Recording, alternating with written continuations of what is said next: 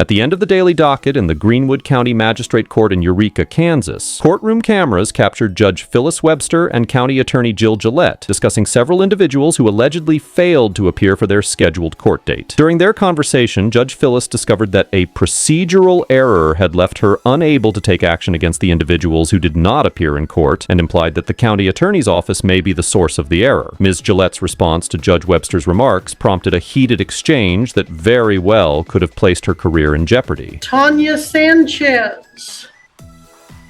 We already did Sanchez. We have a Tiana Richardson and a Dustin Newport I still have. Well, hold on. That's not what I'm showing. What do you have, Missy?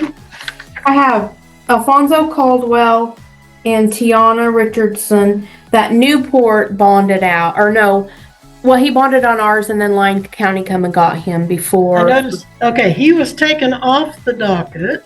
And what did I do? Mix up Tanya Richardson and Sanchez? Mm-hmm. And no one mentioned that I was using the wrong name? You were using the right name. Well, and these are my couple that I don't have anything filed to show that they have to be in court. I don't have a summons. I don't have a uniform notice to appear issued by the officer in the ticket. Judge, the girls filed the ticket earlier today.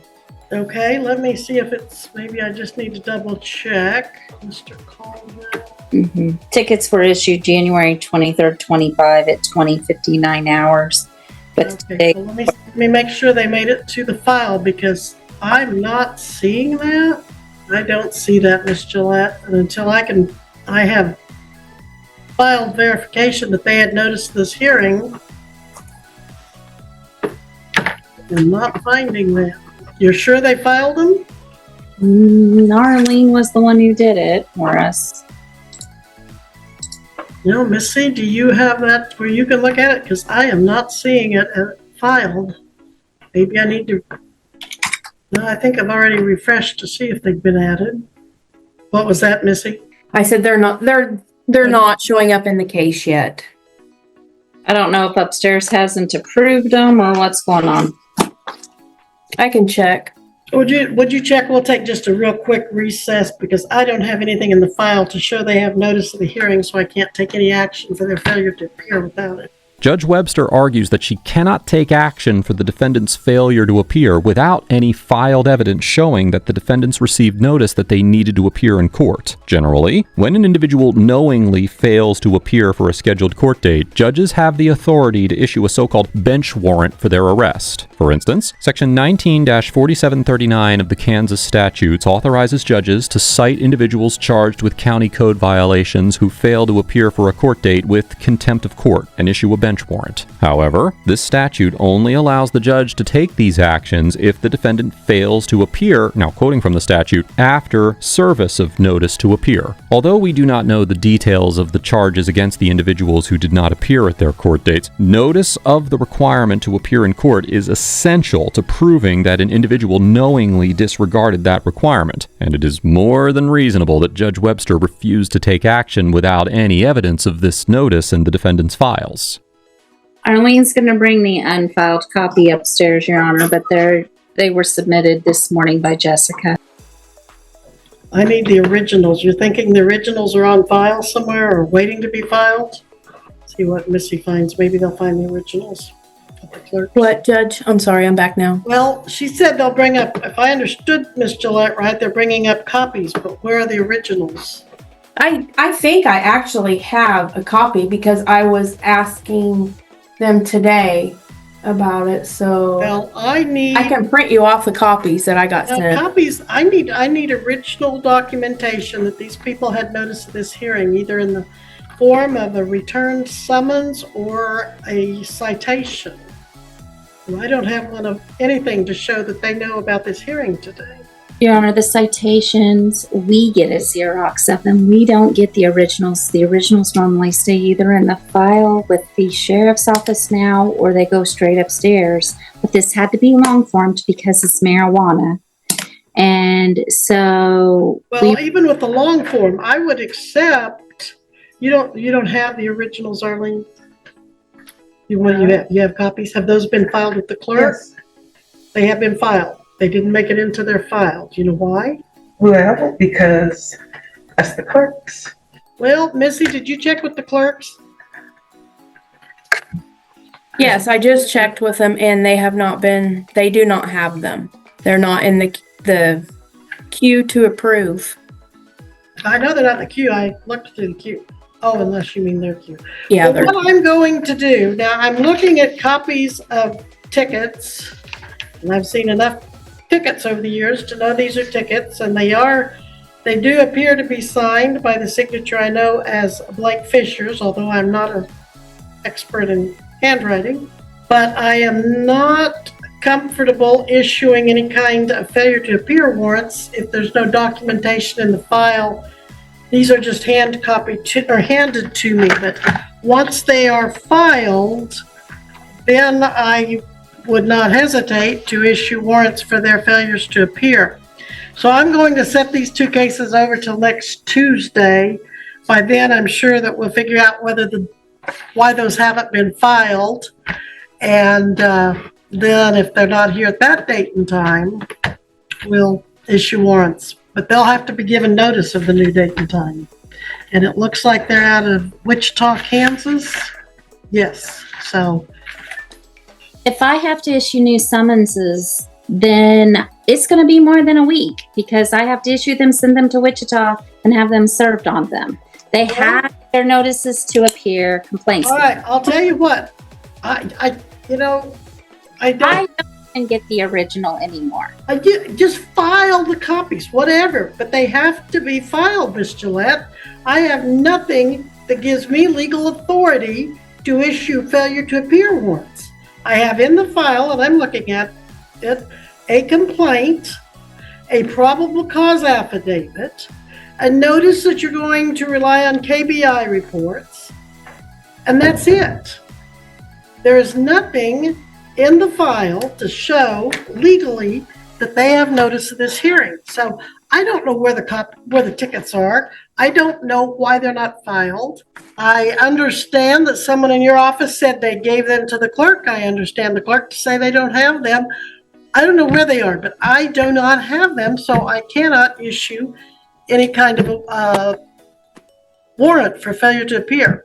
In fact, if you find them and get them in there even today, we can deal with it today rather than trying to issue summonses. Get me something I can legally use. Otherwise, I'll call Sheriff Samuels and ask him if he can bring the originals out of his file. I'm not telling you have to do the originals. I'm just telling you, Miss Gillette, I cannot legally issue a warrant, and you know that. You know I have to have verification before I issue a warrant. And we emailed them to your staff who has them this morning. They were sent to My secretary is not the clerk of the district court. My secretary is not the custodian for them. They have to be filed. Up to you. I'm not going to argue with you. Well, you better not. We'll just take it up later. Miss Gillette, who is the judge here? I am not going to accept your behavior. You're putting me in a position where I'm going to have to find you in contempt of court if you're going to act like this. I don't have the original, Judge. I can't get it to you. We filed them this morning. That's all I can tell you. Miss Gillette, you are not listening to me, and you're being contemptuous. The state has contempt immunity. We already briefed this. If you would like us to get them filed again, we will file. You have contempt immunity? Do you have ethical immunity that you can talk to a judge any way you want and have no repercussions? Is this what you're saying? Ms. Gillett claims that prosecutors are quote-unquote immune from being held in contempt of court, and Judge Webster reminds her that she also has ethical obligations as an attorney. As the Supreme Court determined in the 1976 case of Imbler versus Pachman, state prosecuting attorneys acting within the scope of their duties and initiating and pursuing criminal prosecutions are absolutely immune from civil lawsuits for damages. In reaching this conclusion, the court reasoned that, quote, To be sure, this immunity does leave the genuinely wrong defendant without civil redress against a prosecutor whose malicious or dishonest action deprives him of liberty, but the alternative of qualifying a prosecutor's immunity would disservice the broader public interest. It would prevent the vigorous and fearless performance of the prosecutor's duty that is essential to the proper functioning of the criminal justice system. However, immunity from civil lawsuits, which shield prosecutors against legislation from defendants who believe they were wrongfully charged, does not logically extend to protecting prosecutors against being held in contempt by a judge for misconduct in a courtroom. Section 20-1203 of the Kansas statutes grants judges the authority to punish individuals for quote-unquote direct contempt, which Section 20-1202 defines as quote, contempts committed during the sitting of the court or of a judge at chambers in its or his presence. There is no language limiting this power to everyone in the courtroom except the prosecutor, and courts have long recognized a judge's power to hold attorneys in contempt for their conduct. For instance, in the 1877 case of In re Pryor, the Supreme Court of Kansas held that an attorney may be punished for contempt by insulting or disrespectful language or conduct in the presence of the court. The court noted that, quote,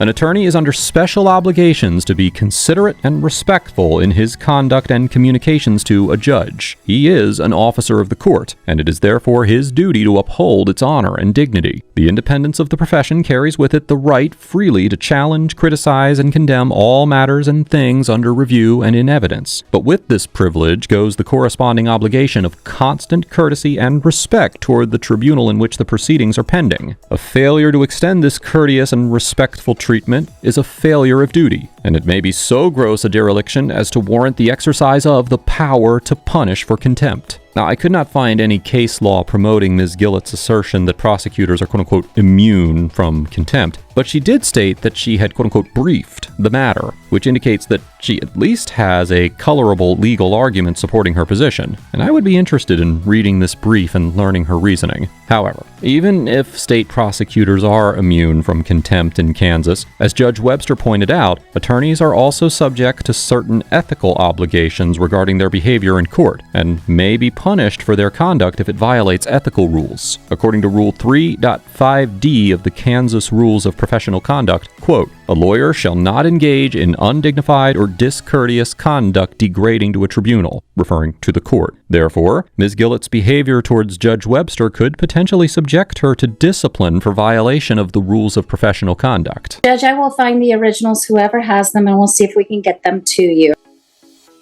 We will get them filed. And we will finish this later, Miss Gillette. At this time, Missy, it looks like Miss Gillette has decided to remove herself from the hearing. As I said, this matter is not over and it will not be tolerated. But for now, we will be in recess. It is unclear whether Ms. Gillette faced any disciplinary action, but she has since appeared in court on good terms with Judge Webster. This interaction highlights that although prosecutors are entitled to some degree of judicial immunity, they are not impervious to consequences for acting in bad faith, and they must abide by the procedural and administrative aspects of the judicial system as much as anyone else participating within it. I commend Judge Webster for refusing to issue warrants for citizens she didn't believe she had the lawful authority to have arrested. Although the judge knew that the information Ms. Gillette relayed was likely reliable, she forced the prosecution to fulfill their administrative duties before proceeding with the warrants, and did not offer any deference to the government that she wouldn't have offered to the citizen. It is important to note that one small outburst does not define Ms. Gillette's character, and nothing in this episode is meant to suggest that she is incompetent or unqualified to act as a county attorney. Procedural errors are a frustrating aspect of many jobs, and while that doesn't necessarily excuse Ms. Gillette's outburst, it should serve as a reminder that we've all been there in one form or another, and none of us are immune to having a bad day at work.